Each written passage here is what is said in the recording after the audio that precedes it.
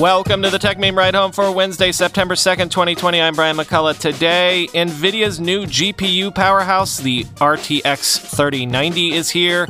Apple makes the case that the App Store is a jobs powerhouse all on its own. Patreon is an interesting and monster new raise. Why Amazon delivery drivers are hanging their phones from trees, and the story behind the new gaming phenomenon known as Fall Guys. Here's what you missed today in the world of tech. Nvidia has unveiled its new RTX 3080 GPU, priced at $699, launching September 17th. Nvidia claims this new chip will boost the performance of the RTX 2080 by about 2 times. But that's not all. Say hello as well to the RTX 3090 GPU, a $1,499 GPU powerhouse that's allegedly capable of 60 frame per second gaming at 80K resolutions. This bad boy is shipping September 24th. Let's start, though, with the 3080, quoting The Verge. At the heart of this new GPU is an updated thermal design. Nvidia has created a new pennant-shaped board for its RTX 3080 combined with a new cooling shroud. The new cooling solution is designed to improve airflow and overcome some of the constraints of the cooling solutions that exist on the RTX 2080 today. It includes a dual-fan setup that is designed to improve airflow by more than 55% with promises of much quieter and more efficient cooling.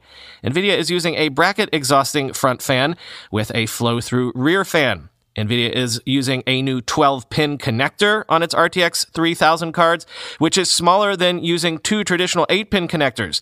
The company will include an adapter that's compatible with 8-pin cables with its Founders Edition cards. Nvidia has picked a 12-pin connector to allow more space on the board for components and cooling, end quote. But as for the powerhouse, the RTX 3090, again quoting from The Verge, the RTX 3090 is based on Nvidia's Ampere GPU architecture, which promises some impressive performance gains for PC gaming and ray tracing. Nvidia claims the RTX 3090 is the world's first 8K gaming GPU with 8K HDR shadow play support, HDMI 2.1, and a whole lot more.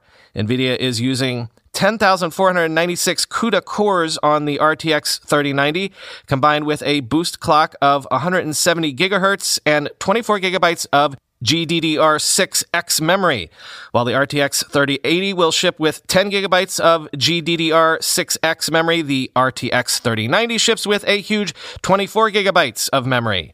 Nvidia is labeling the RTX 3090 a big ferocious GPU, BF GPU. The card will occupy 3 slots and include a silencer to make it up to 10 times quieter than the existing Titan RTX graphics card. Nvidia says the RTX 3090 will also be up to 50% faster than the Titan RTX and will require 750-watt power supplies. The card itself is expected to utilize around 350 watts of power. While the RTX 3090 clearly promises big power, it's also huge in physical dimensions too. The card measures 313 millimeters in length compared to 285 millimeters for the RTX 3080. It also occupies 3 slots compared to the more common 2, meaning PC builders will have to consider which type of case to slot this into, end quote. Apple really wants you to know that the App Store is a good thing. A good thing, that is, if you don't want to disrupt things like jobs and the economy. The company released a press release saying that the iOS app economy created 300,000 new U.S. jobs since April 2019 and now supports more than 2.1 million U.S. jobs across all 50 states. Quoting from Apple itself. Since the App Store launched in 2008, the iOS app economy has become one of the fastest-growing sectors of the economy. Despite the pandemic, the App Store continues to provide economic opportunities for entrepreneurs of all sizes, helping anyone with an idea reach customers around the world and take advantage of new opportunities that would never be possible without it. The App Store ecosystem now supports more than 2.1 million U.S. jobs across all 50 states, an increase of 15% since last year, as part of the 2.7 million jobs Apple supports across the country. Apple employs over 90,000 employees across all 50 states. The company is on track to fulfill its commitment to contribute $350 billion in the U.S. over a 5-year period. Apple also supports 450,000 manufacturing and supply chain jobs through its work with 9,000 American suppliers, end quote. Sorry, though, I can't resist this. This snark is from @GoofWriter on Twitter, quote, "So Apple is taking a 30% cut from 2.1 million workers," end quote.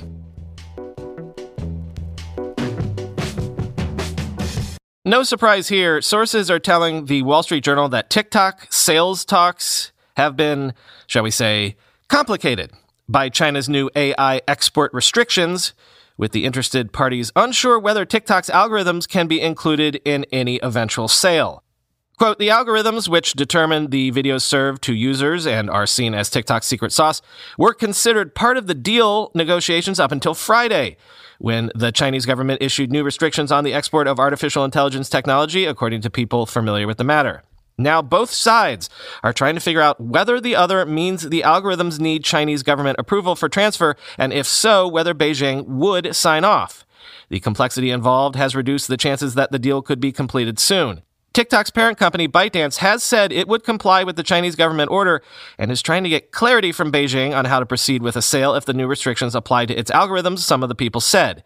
For bidders, the idea of buying TikTok without the algorithms completely changes the outlook on what the companies are bidding for, other people familiar with the situation said. They believe a large portion of the value of TikTok is in the suggestion algorithms that keep users glued to the app. A person close to the talks likened TikTok without its algorithms to a fancy car with a cheap engine. A different person close to the bidders said that not getting the algorithms would be a surprise and was skeptical the deal would proceed without them, end quote. Interesting raise, and it's from a startup that you all definitely know. Patreon says it has raised $90 million at more than $1.2 billion in pre-money valuation, which would be twice the $660 million valuation that Patreon received prior to a funding round last year, quoting the Wall Street Journal. Patreon, which isn't profitable at this point, offers 3 levels of membership for creators and takes a 5 to 12% cut of the monthly income earned plus a payment processing fee. The company also is working to expand its international operations and will use proceeds from the funding round to support those efforts. It has opened European offices in Berlin and Dublin. In addition, founder Jack Conte said Patreon is updating messaging features and search and discovery. For example, connecting fans and creators based on who or what type of content fans already support or where they are located. Patreon also will add more custom products and make the merchandise available in various currencies to make it easier for buyers, end quote. So chalk Patreon up to another company maybe coming into its own in the COVID moment. There are numerous stories, of course, about musicians, stand-up comedians, all sorts of artists turning to Patreon, as live performing especially has been impossible. And actually, Conte also tweeted these deets, quote, creators have earned over $2 billion on Patreon to date from over 6 million patrons. Creators are about to be earning $1 billion per year on Patreon, end quote. We've heard for years that it's important to have a diversified portfolio, right? Stocks, bonds, mutual funds, real estate. Do you have real estate in your diversified investment portfolio? Maybe not. And the reason for that is simple. It hasn't been available to investors like you and me until now, thanks to Fundrise. Fundrise makes it easy for all investors to diversify by building a portfolio of institutional quality real estate investments. Fundrise is an investing platform that makes investing in high-quality, high-potential real estate as easy as investing in your favorite stock or mutual fund. Fundrise's team of real estate professionals carefully vets and actively manages all of their real estate projects. And with their easy-to-use website, you can track your portfolio's performance and watch as properties across the country are acquired, improved, and operated via asset updates. To date, Fundrise manages more than $1 billion in assets for more than 130,000 investors, and since 2014, the Fundrise platform has averaged between 8.7 and 12.4% annual returns. Investors have earned more than $79 million in dividends alone. Start building your better portfolio today. Get started at fundrise.com/techmeme to have your first 90 days of advisory fees waived. That's fundrise.com/techmeme to have your first 90 days of advisory fees waived. Fundrise.com/techmeme. D-Wave had a big idea. What if you could take quantum computers, the very ones created by the likes of NASA, Google, and others, and make computing time on these machines accessible online to almost anyone? The D-Wave team had created an API and resources enabling developers to program on their quantum computers without needing a background in quantum physics. They were ready to release this open source framework, but they needed a product that both explained how to program for quantum computers and enabled access to their new framework, Ocean. Enter MetaLab. MetaLab's design team worked on an accessible, easy way to explain how programming for quantum computing was different than regular computers. MetaLab created explainers, crafted dashboards, and generally nailed a user interface for a new paradigm of computing. D-Wave is now quantum computing's first killer app. MetaLab wants to bring this same creativity and clarity to your project. Check them out at metalab.co. That's metalab.co. And when you get in touch, tell them Brian sent you. Twitch is making Prime Video watch parties available to every creator and viewer on the platform globally. Until now, watch parties were reserved for top US Twitch creators. And by watch parties, I mean truly watch parties. You and your favorite streamer can watch TV shows or movies together on the Twitch platform. Because remember, Twitch wants to be more than just a video game streaming platform. And because it is a video game streaming platform, it can do something like this that other video players can't. There are some caveats, however, quoting Engadget. Both the streamer and the viewer need an active Prime Video subscription to participate.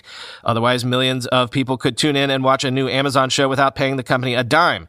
The Prime Video catalog also varies between regions, so if you live in the US and tune into something that's UK only, you won't get in.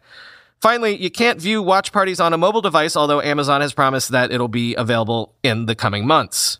Even with these restrictions, the feature could be massive for Twitch. Soccer fans, for instance, could take a break from FIFA and Football Manager by watching All or Nothing, Tottenham Hotspur. A film critic, meanwhile, could review any number of movies in real time with their fans. Watch parties are a unique combination of Amazon-owned properties. There's no Google-built Netflix rival, for instance, sorry, but YouTube Premium doesn't count, to offer YouTube streamers.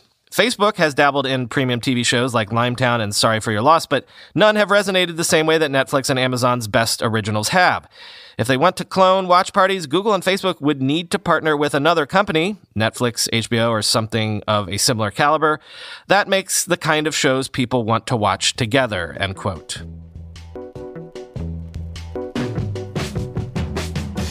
Couple of odd Amazon stories here for you. First of all, Amazon apparently had job listings live and public, which called for intelligence analysts who would assess, quote, labor organizing threats, and then contribute to filings like restraining orders. So one way to phrase this would be Amazon was apparently hiring union busters. The job posts have subsequently been removed, but quoting Gizmodo, that Amazon is broadcasting quite openly its intent to potentially seek restraining orders against groups critical of its business practices is shocking, but not necessarily surprising. Not long after purchasing Whole Foods, it successfully fought for a restraining order against Direct Action Everywhere to keep the group from protesting within one of the stores in Berkeley, California. Still, as a practice, restraining entire groups from engaging in protests appears to be quite rare and a brazen corporate assault on the constitutional right to free assembly. But the spirit of democracy isn't something that can be shipped inside a cardboard box, so it largely isn't the concern of Amazon, which is perhaps why the job description also hints at developing opposition research on politicians that don't want to pay out the nose in subsidies just to get a warehouse or data center, end quote. And then get this. Amazon drivers have lately taken to hanging their smartphones from trees. Why? Well, it seems to be all in the aid of getting more work. Quote, a strange phenomenon has emerged near Amazon delivery stations and Whole Foods stores in the Chicago suburbs. Smartphones dangling from trees. Contract delivery drivers are putting them there to get a jump on rivals seeking orders, according to people familiar with the matter. Someone places several devices in a tree located close to the station where deliveries originate. Drivers in on the plot then sync their own phones with the ones in the tree and wait nearby for an order pickup. The reason for the odd placement, according to experts and people with direct knowledge of Amazon's operations, is to take advantage of the handset's proximity to the station combined with software that constantly monitors Amazon's dispatch network to get a split-second jump on competing drivers. An Uber-like app called Amazon Flex lets drivers make deliveries in their own cars. For many with other jobs, it's a way to earn extra money in their spare time. But with joblessness rising and unemployment payments shrinking, competition for such work has stiffened and more people rely on it as their primary income source.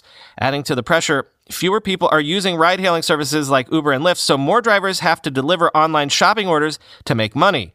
As a result, some Whole Foods locations have come to resemble parking lots at Home Depot, where day laborers have long congregated to pick up home repair gigs. Unlike hourly employees who get paid even when work is slow, gig workers only get paid by the job. so securing a route through the smartphone app is the key first step to making money. Most Flex routes last from 2 to 4 hours and can be scheduled in advance. That system can be gamed as well. Drivers download apps on their smartphones that constantly monitor the Amazon Flex site and automatically take any routes that become available, as CNBC reported in February. Bloomberg reported similar use of apps by Instacart shoppers earlier this month, end quote. Finally today, I want to share a piece that I would normally save for the long reads on Friday. But this is from Business Insider, and they tend to have their articles behind a paywall after only a few days, so I wanted to share this while it's still available for you all to read, hopefully. Are you aware of the new gaming phenomenon known as Fall Guys? Fall Guys is, well, imagine American Gladiators and Fortnite had a baby. It's the same sort of battle royale gaming mechanic. 60 or so players enter, only one can win. But imagine instead of shooting everyone in sight, you're scrambling over and atop and ahead of everyone else in an American Ninja Warrior style competition. It's insanely fun to play and even just to watch. The game is barely a month old, but it's already a phenomenon. Business Insider estimates that the game has already generated more than $130 million in revenue. If you're not familiar with Fall Guys, go to Twitch right now and sample about 5 minutes, and then come back and read this piece from Business Insider about the British studio behind Fall Guys that went from near disaster to launching what is potentially on course to be one of the biggest gaming hits of all time. Quoting from the piece, Mediatonic is the 250-person London-headquartered studio behind the game, and its main problem at the moment is ensuring enough server capacity to support the millions of players jumping onto its breakout hit. Fall Guys was an instant success when it went live August 4th, and within a month, it became the most downloaded title of all time on Sony's PlayStation Plus service. It was also bought 7 million times on the online PC gaming storefront Steam. Mediatonic was founded in 2005 by Bailey and Paul Croft, then students at Brunel University, London. In 2015, business seemed to be looking promising with 4 big games in development for partners. But in 2016, all 4 were canceled and the indie studio had to rethink its future. The studio's client business picked up again, but in 2017, the studio focused its spare capacity on creating its own titles and issuing briefs for its in-house creative teams. There was only one limitation: don't pitch a battle royale game. It was the year Fortnite and PlayerUnknown Battleground took off and popularized the battle royale format, in which hundreds of players participate in a virtual fight-out. Despite this injunction, the Mediatonic game designer Joe Walsh immediately came back with a battle royale game, CEO Dave Bailey said. The difference was that this battle royale would be silly, really silly. Walsh was inspired by classic obstacle course game shows like Takeshi's Castle and Total Wipeout. Quote, "The big idea was that this could be the greatest game show on earth if we could scale this up right," Bailey said. In the early pitch, they were actually pulling together GIFs and clips from TV shows where contestants got hit in the face by giant foam objects, and we were just in stitches. We knew there was really something on a human level really fascinating and appealing, end quote. In early 2019, the company raised investment from Sinova Capital, and Mediatonic extended development on Fall Guys for 9 months and then took the decision to push it out. It was a good call. Within the first few hours, the game was such a strain on Mediatonic's servers that the company had to temporarily suspend PlayStation 4 account creations to stem the flood of players, end quote. More details about the technical challenges developing the game, as well as the early viral successes and how they took place. But look, again, just give the game a gander. As soon as I saw it, I was like, oh my God, of course. I'm not even plugged into the gaming space, really, but I saw right away that this was an obviously brilliant tweak on what is probably the dominant gaming mode of the moment.